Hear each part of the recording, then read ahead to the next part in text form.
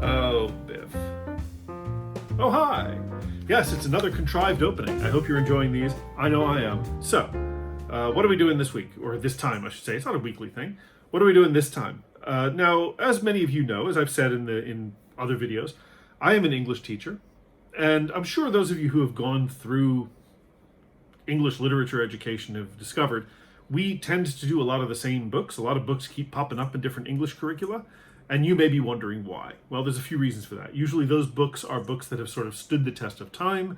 They have proven themselves to be books that we can build a unit around, that we can talk a lot about the choices that the author made and why they're significant and why they're important books to the culture in which we live.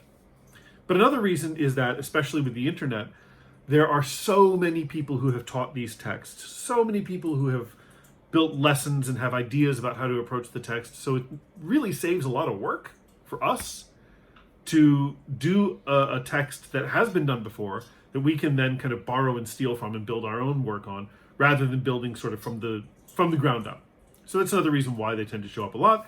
And that's kind of a reason why, not the only reason, but kind of a reason why we're doing today Death of a Salesman. That's right. The classic American play that so many of you American viewers probably had to read. But I hope you enjoyed. I hope my students are enjoying it. I don't know. I think they are. They're getting some good conversation out of it, which is really all I can ask. But why am I reading Death of a Salesman? Well, I'm reading it because I'm teaching it. Again, we're in the middle of the unit right now. My students are up through about the end of Act 1. What I want to kind of talk about is why I picked this play. Part of it, again, is, yeah, sure, there's lesson material that's available just like anywhere out there. But also, I think it is a really well-written play. I think that Miller does a very good job of setting things up right away at the beginning, right? Like Willie's mental illness, like Linda's devotion to her husband, Biff's feeling of temporariness, or Happy's sort of slavish adherence to his father's values, and sets them up right there in the beginning so that then he can start deconstructing them as he goes. He can start taking them apart and poking holes in them and learning, well, why is it that Biff and Willie fight with each other so much? What is underlying Willie's desperate desire to be successful and liked? Why is he so jealous of his neighbor Charlie? All that stuff.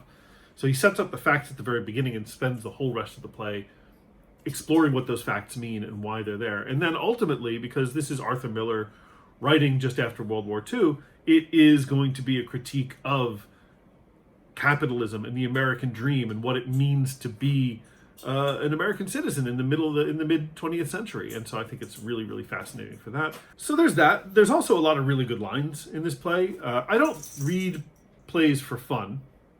I'm sure some people do. I don't. Maybe I should.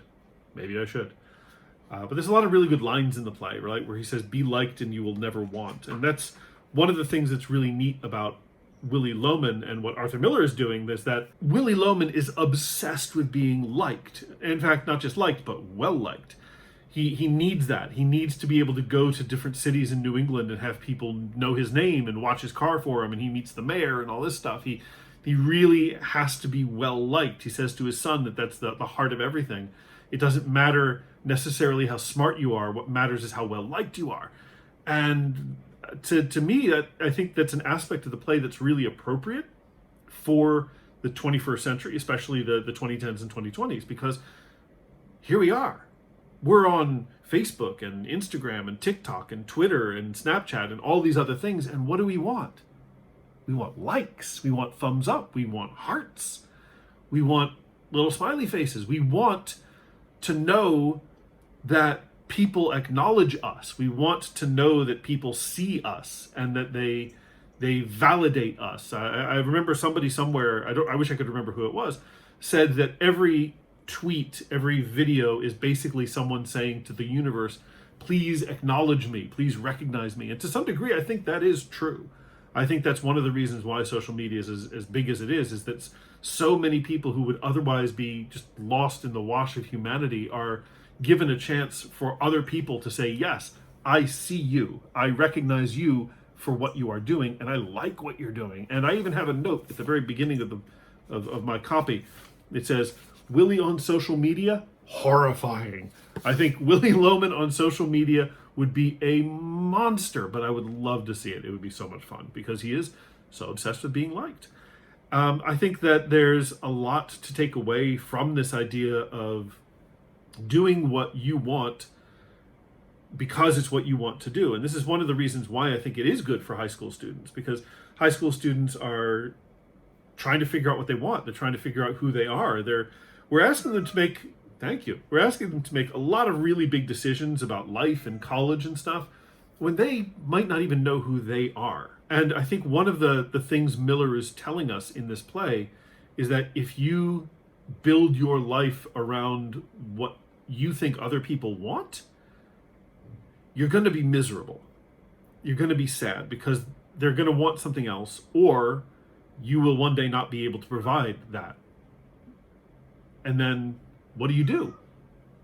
See, Cooper, my senior producer, totally understands this. But yeah, a lot of the characters in the book who kind of do what they're told or do what's expected of them end up miserable. And I want my students to notice that. I want them to notice that the people who aren't living a true life aren't happy, because I want my students to live a true life and to be happy. I once did an interview with a newspaper when our program was still fairly new. Our IB program was still fairly new here in Japan. And this newspaper guy said, basically, what do you want for your students when they graduate?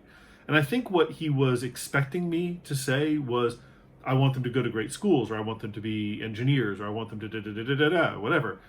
And my answer was, I want them to be happy, whatever they do. If the education that we gave them gives them the tools to be happy, then we've succeeded, as far as I'm concerned. If the education we've given them makes it harder for them to be happy, then I'm really sorry, because that's not what we wanted.